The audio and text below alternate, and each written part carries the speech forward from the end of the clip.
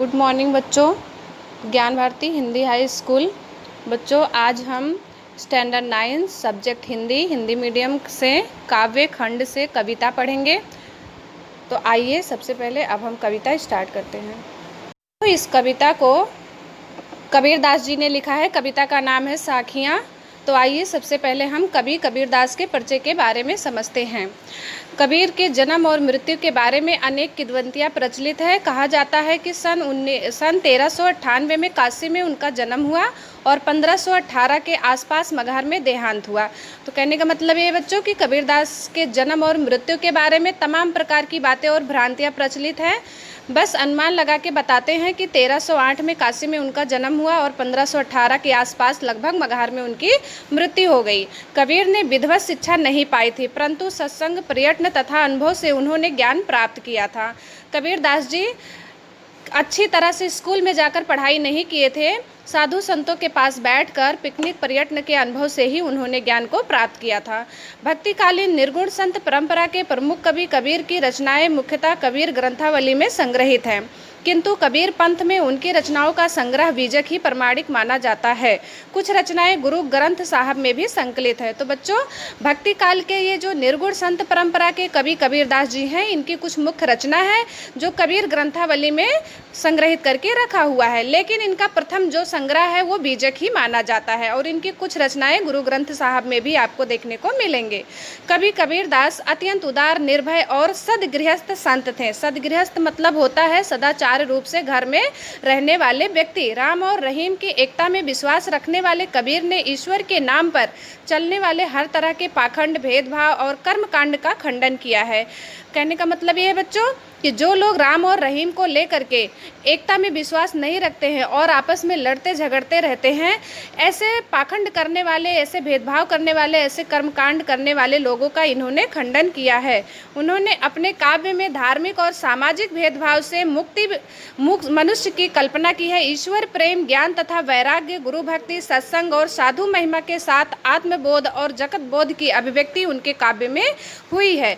कबीर की भाषा की सहजता ही उनकी काव्यात्मकता की शक्ति है। जन भाषा के निकट होने के कारण उनकी काव्य भाषा में दार्शनिक चिंतन को सरल ढंग से व्यक्त करने की ताकत है। कबीरदास की जो भाषा है बच्चों, वो जन भाषा होता है और जन भाषा होने के कारण उनकी काव्य भाषा को लोग जो है बहुत पसंद करते हैं और सरल ढंग से उसको व्यक्त करने की ताकत भी रखते हैं। संकलित साखियों में प्रेम का महत्व, संत के लक्षण, ज्ञान की महिमा, बाह्य आडंबर का विरोध आदि भाव का उल्लेख हुआ है। तो सबसे पहले पद में बाह्य आडंबर का विरोध एवं अपने भीतर ही ईश्वर की व्याप्ति का संकेत है। दूसरे शब्द में ज्ञान की आदि के रूप में सहारे ज्ञान के महत्व का वर्णन है। कबीर कहते हैं कि ज्ञान की सहायता से मनुष्य अपनी दुर्बलताओं से मुक्त हो जाता है।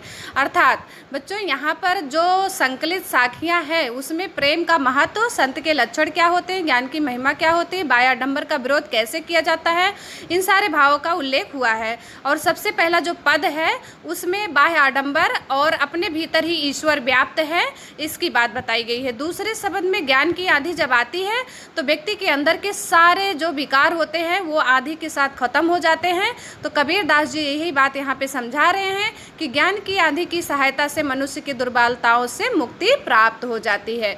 तो बच्चों, ये था कबीरदास का परिचय। अब हम साखियाँ को पढ़ेंगे। अब हम साखियाँ के एक एक पंक्ति को पढ़ते जाएंगे और समझाते जाएंगे। आप लोग इस पंक्ति को समझिए। मानसरोवर सुभर जल, हंसा केली कराही, मुक्ता फल मुक्ता चुगे, अब उड़ी अनंत न जाही।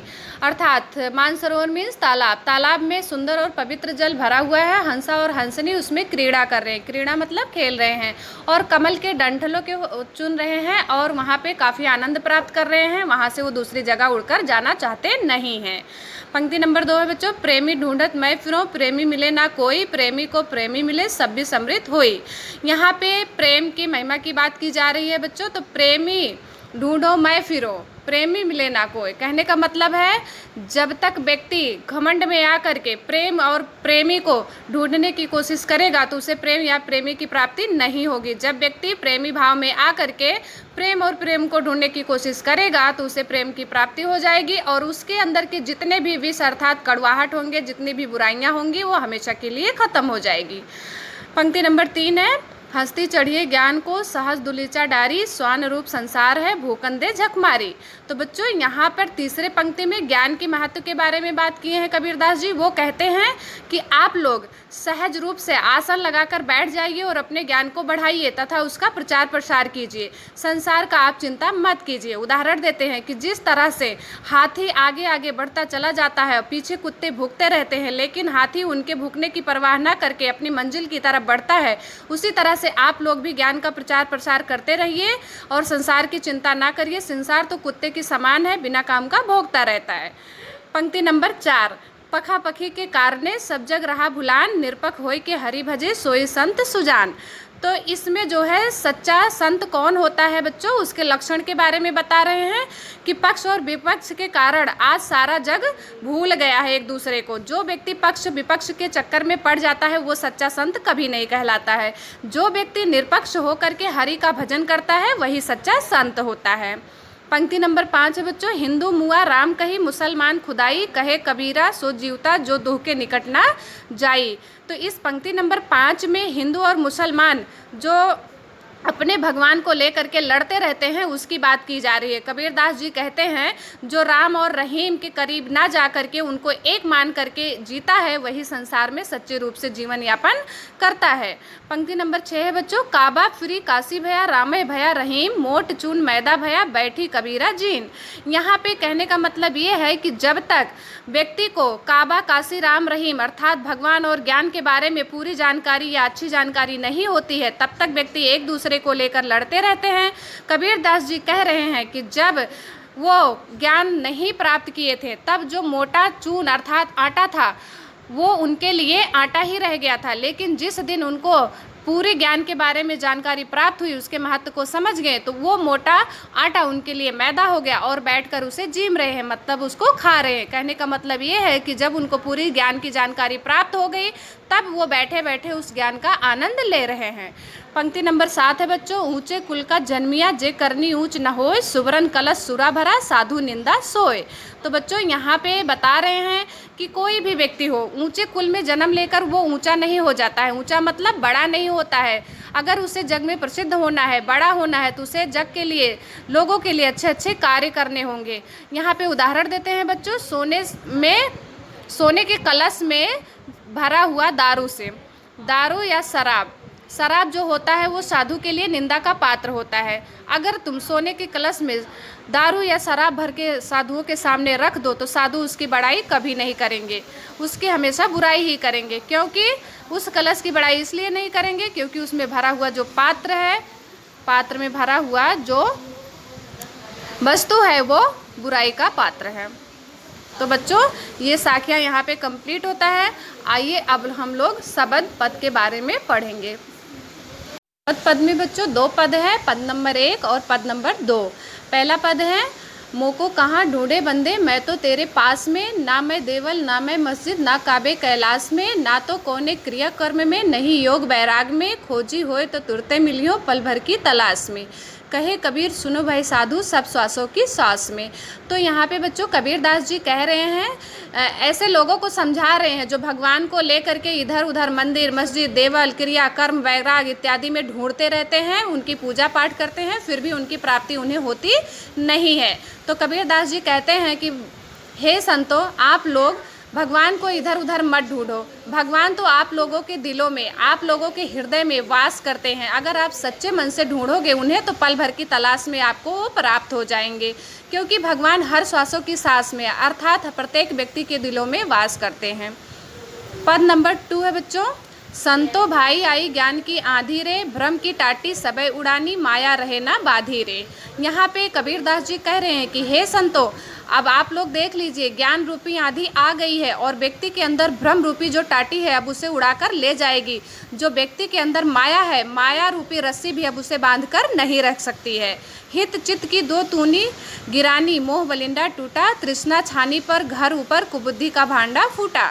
और व्यक्ति के अंदर हित चित्त नाम की जो थूनी है और उसके अंदर मोह रूपी जो बलंडा है वो भी ज्ञान की आंधी के सामने टिक नहीं पाएगा, वो भी टूट जाएगा। जोग जुगति कर संतो बाधी, निर्चु चुए ना पानी, कूण कपट काया का निक्सा, हरि की गति जब जानी। यहाँ तीसरी पंक्ति में बता रहे हैं बच्चों कि जो योग साधना करके अर्थात संत लोग अपने कुटिया को बनाते हैं उसमें किसी भी प्रकार का पानी एक बूंद भी टपकता नहीं है। अर्थात जब ज्ञान उनके अंदर आ जाता है तो उनके अंदर के सारे कूड़ कपट अर्थात सारी बुराइयां हमेशा के लिए निकल जाती हैं और वो हरि की गति जान जाते हैं, अर्थात हरि के ज्ञान के बारे में, उनके महत्व के बारे में समझ जाते हैं। इसके बाद आंधी पीछे जो जल बूठा, प्रेम हरि जन भीना, कहे कबीर भान के प्रकटे उदित भया तम खीना।